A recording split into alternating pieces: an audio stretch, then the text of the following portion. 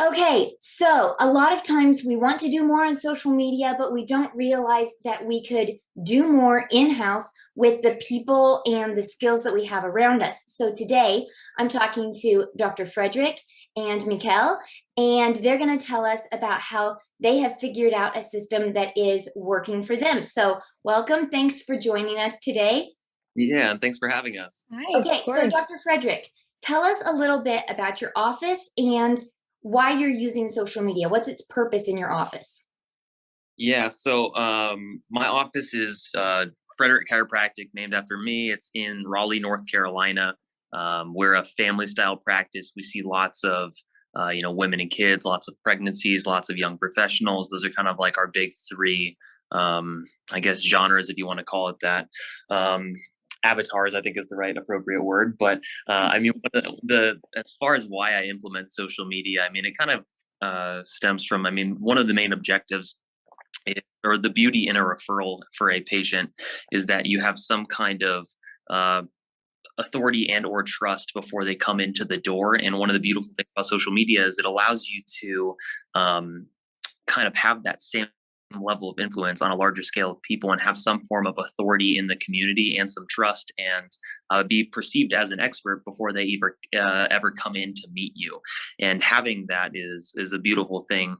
And then just in addition to that, being able to help perpetuate enhance chiropractic's image and just hopefully make it more of a household, discussion and stuff like that is something that we always look for as well. Awesome. I love that. Okay, Mikkel, can you tell us how you joined Frederick Chiropractic and how you joined this role? Sorry. So Doc is laughing because so I started working at his office, I think at the end of 2019. He poached me from another job. So I got my clinical assistant cert and worked with him for a while. And then I've been full-time doing filmmaking and digital marketing this year. So now we've kind of transitioned to where my role in the office is getting adjusted as frequently as I can and then doing social media. Awesome. So that's pretty much it. That's how we started. Okay, so tell me a little bit about your process for creating content. Where are you finding ideas? How are you collaborating with the office? Even if you want to share, how many hours a month do you spend? Yeah, so I'll get that sort of inspiration from a lot of different places. A really cool thing about it for me is I've subscribed to a couple of different articles and I'm constantly reading and learning more about the benefits of chiropractic. So I have that knowledge to transfer into those posts. Also, while I was working at the office, Doc and I had filmed a couple of videos and stuff, and they were just, simple iPhone stuff. We're kind of starting out and figuring things out. And I've got those on my phone. I'll kind of go back and listen to those details. And it will have information that, I forgot or that I haven't found online that's more scientific and more specific. And then also there are a few chiropractic accounts that are just amazing. And sometimes they'll have a post that's just kind of one little line. And I'll save that post and I'll look up that topic and use that to kind of expound upon it and make our own version. Or, if it's something very specific, I really try to tag them and say, hey, go check out this page because they inspired this post. Yeah. So a lot of it kind of comes from within itself. As I'm on that account following other chiropractic accounts, I'll see things that will kind of get the ball rolling. And if I can chime in real quickly from the owner's perspective, one of the things that we did a lot while Mikkel was full-time in the office is that, and I want to just clarify that, I mean, she stepped away to her full-time dreams and still is grateful. And I'm grateful that she's still willing to help out with all the social media stuff, but she was doing this role while she was still full-time in my office as well and stuff. And one of the important things I did and why she is so good at what she does is that it's really important for the doctors, from my perspective, to spend a lot of time educating and empowering your CAs to do a lot of this kind of stuff. Because if I didn't educate her or celebrate victories with patients or tell her all the beautiful things about chiropractic, like why it works, all that kind of stuff, then she wouldn't have the ability to be doing so awesomely in this role. I mean, she is an awesome person and has great work ethic and would be successful in doing it regardless, but she has a great eye for that kind of stuff, because we kind of helped force that filter through education and all that kind of stuff as well. Like, unfortunately, absolutely. where there's zero communication between the provider and the staff. And that really handcuffs them in a lot of different ways. And I think sharing those victories, sharing the why, sharing the science, empowering them allows there to be beauty in a role like this. No, I agree. And I don't think that I could have just stepped in, walked in the door, but like, hey, how's your social media?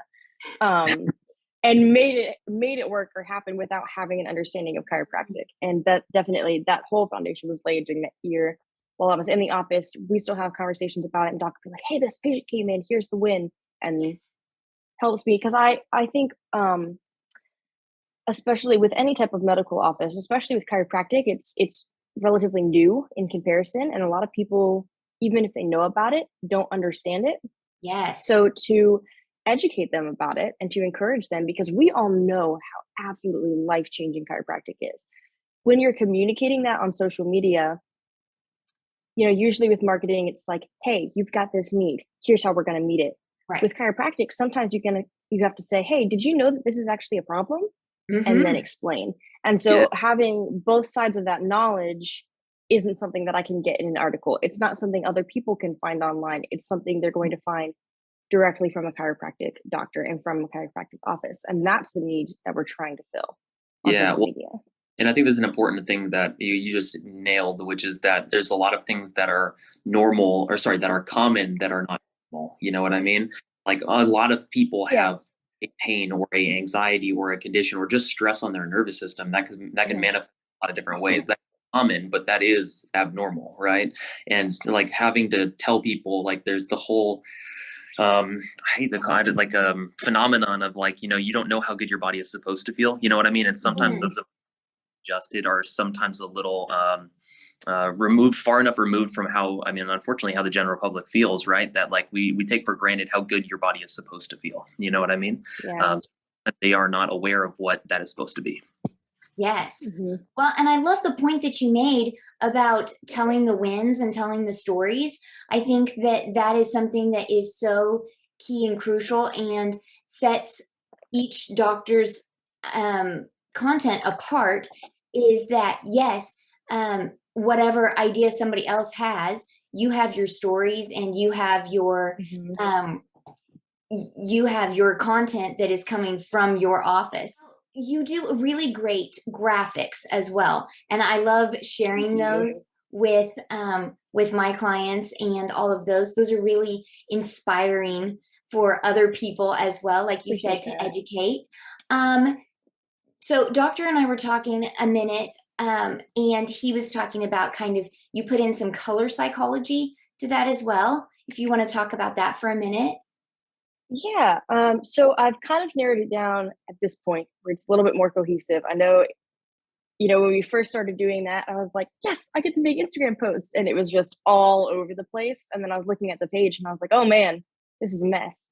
And then we kind of filtered it down into what Doc was saying, those avatars of, of families, children, and people, seeking pregnancy care, and then young professionals. Mm-hmm. And narrowed it down, and the idea was that different colors would represent each of those avatars, so people would know. And it was really cool to track. We'd post like a blue post, and then somebody would follow us, and I'd go to their account, and it would be like mommy of two, and we're like, hey, that's exactly what we're going for. Seeing those followers grow. And now what I've tried to do at this point to make it a little bit more universal is to alternate, so it looks more cohesive on the page. But then alternate the topics to reach those people. So it's a little bit more, there's always going to be something for everybody. So we've kind of narrowed down a color palette here. I try to alternate just doing a simple black post, white post, alternating, and then I'll use yellow or blue as our accents. So I feel like we've locked it into that, so it looks a little bit more cohesive, and that seems to be doing the best so far. Yeah. Well, I love that you know those avatars and you're thinking of them and posting for them, but also that you are tracking what is working. I think that that's a missing component for a lot of places that are like, I don't know, we just post every day and, it's a little bit spaghetti Mhm. sticking on the wall, like what sticks? But the fact that you are really looking at it and dialing in is really important. So Well, as you look at that, do you see that you get new patients from social media, and do you have a process for tracking that? that's more of a doc question over there. I know that we do get we'll get DMs on the account every now and then. I'll be like, hey, does chiropractic actually help insomnia? Why? We'll get some questions like that. But as far as who's coming in, I'm not in the office anymore, so I'm going to hand that off to Dr. Frederick. Yeah, and I could probably safely say, and again, sometimes people just put online and they don't necessarily say Instagram or something. So it's also tough to track both financial and tangible RO like return on like Mhm. any. So it's like the same with SEO online, right? Like it's just tough to like sometimes track that. I could probably say that we've had maybe in the last, I don't know if you'd agree with this, Mikkel, we've probably been pretty aggressive on this push for Instagram presence and kind of, well, at least making a formal direction with what we're doing for the better part of a year now or something like that, maybe a little bit more than that. But we've probably had maybe at least one new patient a month either come in from Instagram or call us and say, hey, I found your account, but I'm in a different state. Do you know anybody here? Right. So like, Mm. we're not necessarily generating just patients for us, but just for chiropractic, right? Which is a cool thing to do. Absolutely.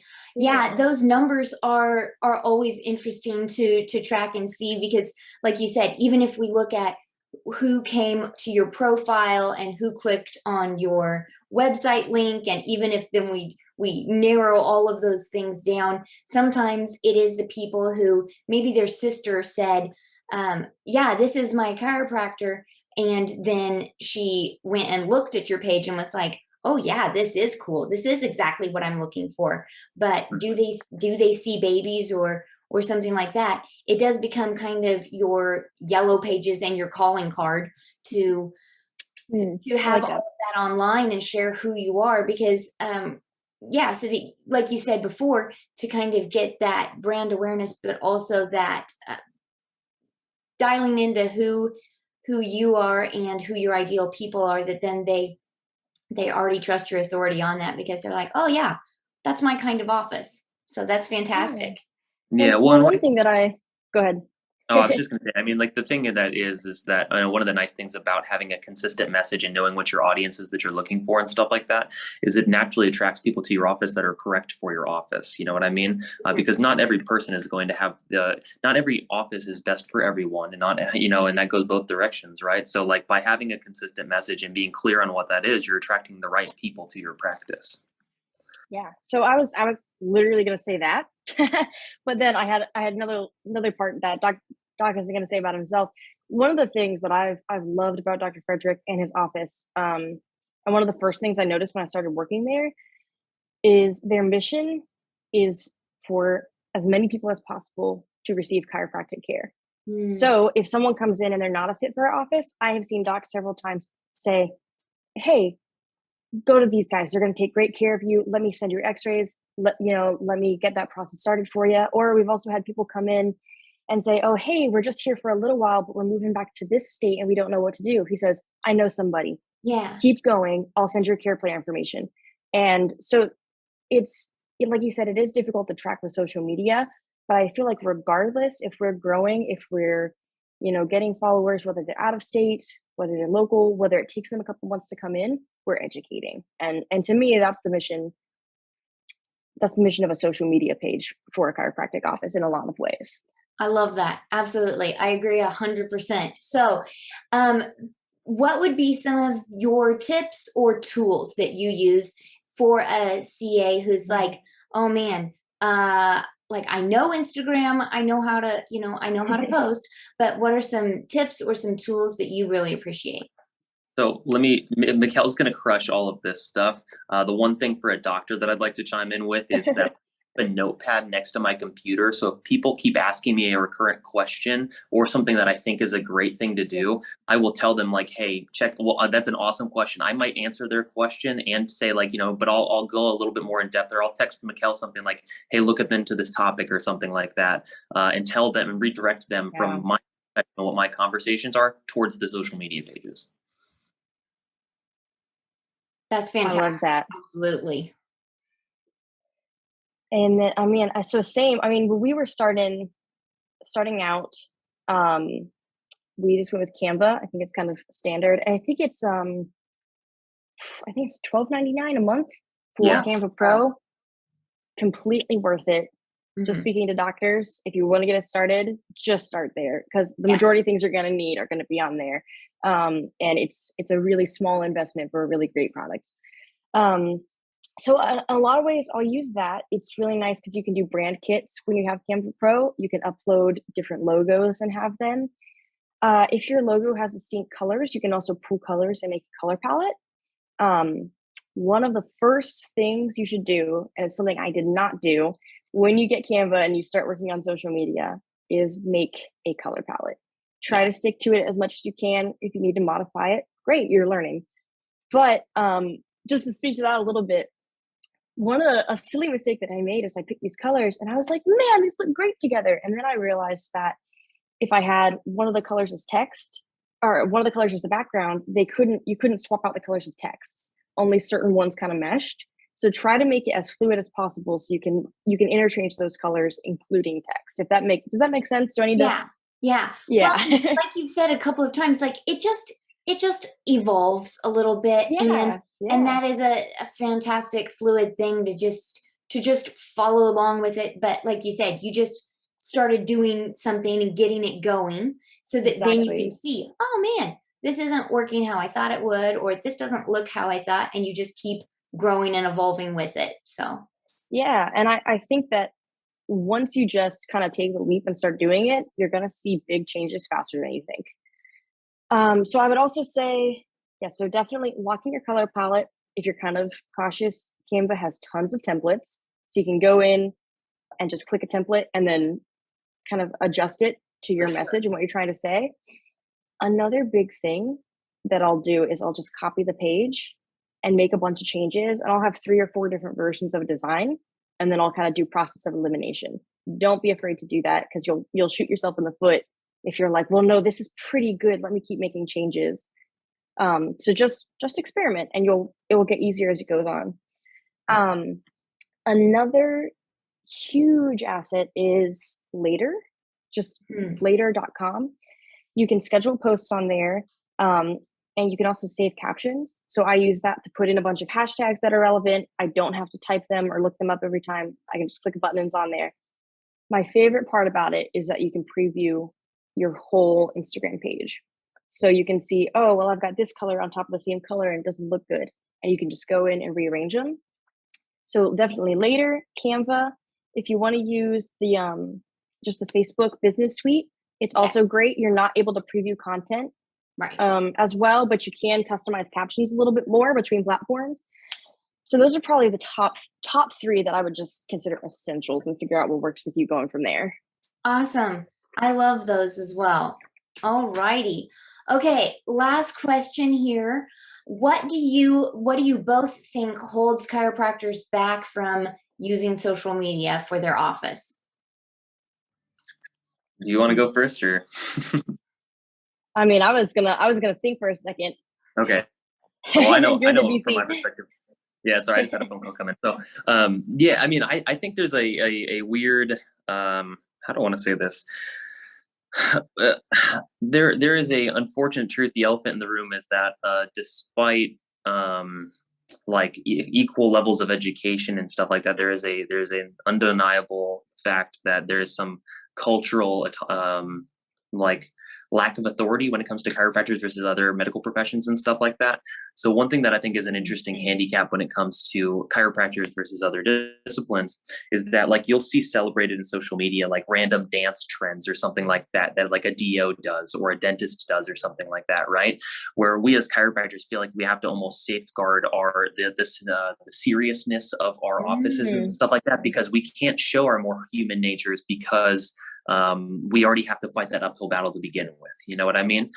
So I feel like that is there's a little bit of truth in that, where we have to be a little bit more serious, or we feel like we cannot show our like true opinions or show our personality in order to just because of some of that cultural stuff that's going on.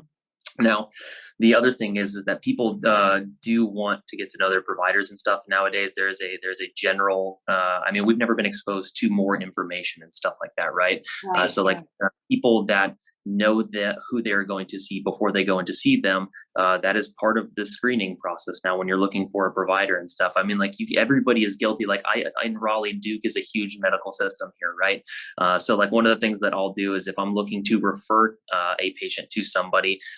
I'll be the first to say, like, if they look kind and nice in their picture, I'm going to send them to them more than somebody else. You know what I mean? So like having a presence and like being out there is critically important. And I bring both of those two random things up together, and that when it comes to chiropractic in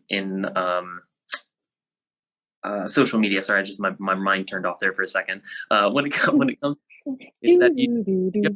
your sweet spot in the Venn diagram of like showing who you are and building that trust and having people who aren't feeling comfortable with their health to you, and still almost safeguarding the seriousness of what our profession is supposed to be in the cultural like swimming pool that are doctors. You know what I mean? Because I feel like sometimes you're not allowed to do that.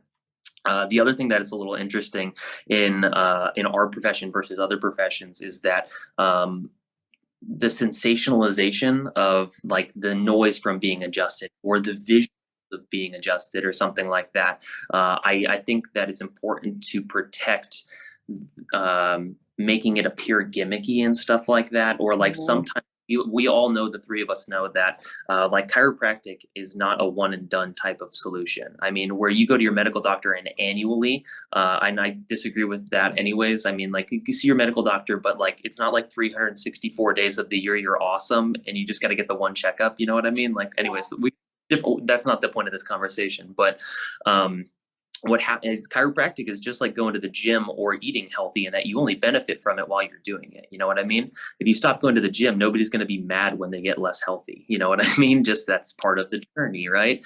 So what happens with the sensationalization of being adjusted and stuff is a lot of people think it is like, you know, they see the YouTube video or the TikTok where they get adjusted one time, the person sits up and they feel awesome, and they are looking for exactly that, where they go one time and you know, magic, they feel great. Well, that's not what reality is. You know what I mean? That is that. Well, sometimes that does happen, but it is a short-term fix. It's not healing; it's relief.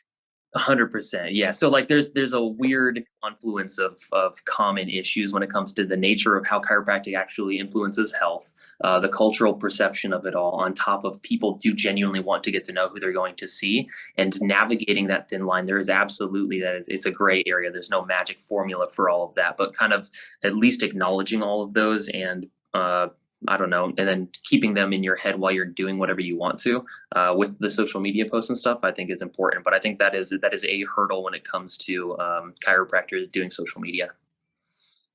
Absolutely. I love all of those points. And I think that is where, like, when I remind people, like, plan out a month, like what Mikkel was saying about look at how often you're posting about what, so that you can kind of see, like, I've done a personal post. I've shared a picture of me and my kids at the pumpkin patch, so I'm relatable.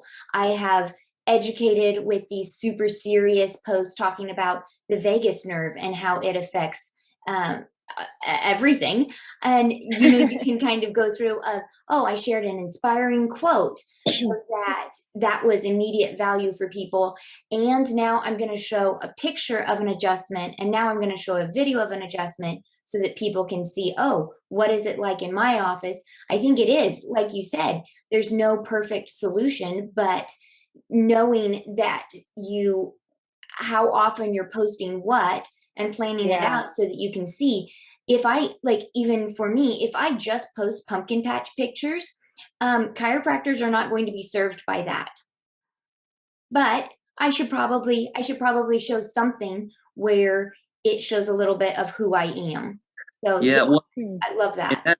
That made me think of something random, is that like part of what chiropractic is that it's a different paradigm than what is normal in healthcare in America. You know what I mean? Whereas the message of other healthcare disciplines is already widely appreciated. So then it's just the, hey, friendly reminder, XYZ, or hey, here's who I am, XYZ. You know what I mean? Where we are trying to not only demonstrate who we are and what we do, but also why it's important. And I think that why is Exactly. because we're the only ones that have to kind of do that. Exactly. Yeah. Dentists have already told us that we need to brush our teeth every day. They've already said that. We are convinced. We know it. Exactly. And that kind of goes back to having to, I mean, it definitely, I work with several people in a lot of industries. Some are really, really easy. Some you've got to find the right people and then it will work. And with chiropractic is really difficult because like I said, you've got to explain that there's a need before you can even explain how you meet the need. But I think just with time, again, people may follow and be like, oh yeah, whatever. Okay, kind of cool graphic. And then they're like, oh wait, that happens to me. Oh wait, and then it's kind of a process because they'll begin to see all of these resources over time. Absolutely. It is so much more into the psychology of everybody. Yes.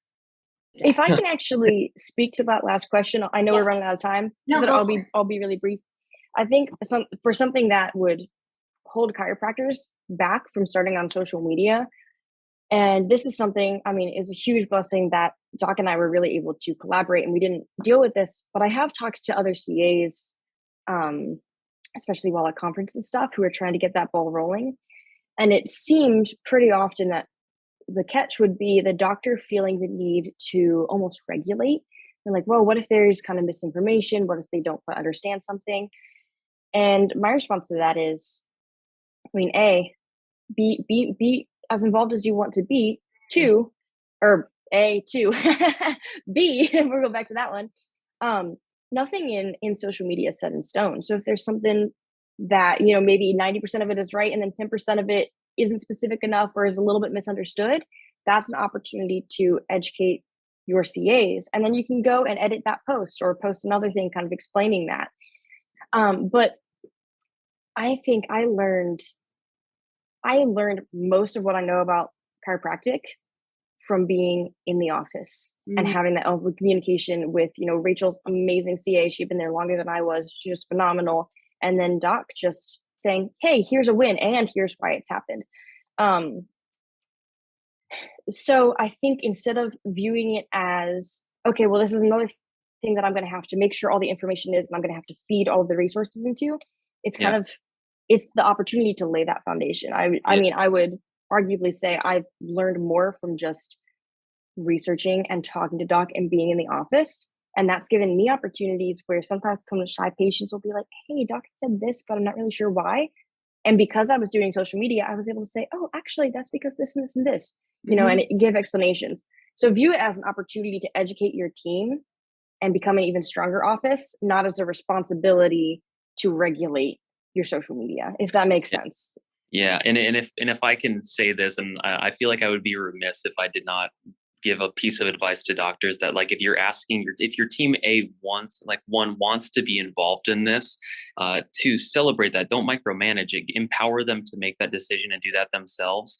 Celebrate their victories. Exactly like Mikkel said, you can edit anything, but that is, if that's something that you're asking of them or they're offering to do in addition to all the day-to-day stuff, pay them for it. You know what I mean? Like, don't ask them to do extra work and then keep them getting the same wage or do whatever. Like, they are adding value to your practice. Do celebrate and acknowledge that. You know what I mean? A lot of people, unfortunately, can treat CAs and again, just honestly in a way where hey, do this, and don't understand the humanity of just how much stuff that they have to do on top of all of that. You know what I mean? If they want to be involved, empower them and acknowledge that, both in celebration, acknowledgement, and financial compensation. Yeah, that's awesome. Absolutely. Well, I love how you guys have partnered together, and I love following Fred Cairo on Instagram and all of those shareable quotes, all of the information. So thank you for putting it out there in the world, because the world appreciates it. Yeah, well, thank you. Thank you. Thanks for your time. It's been great. Yeah, appreciate you.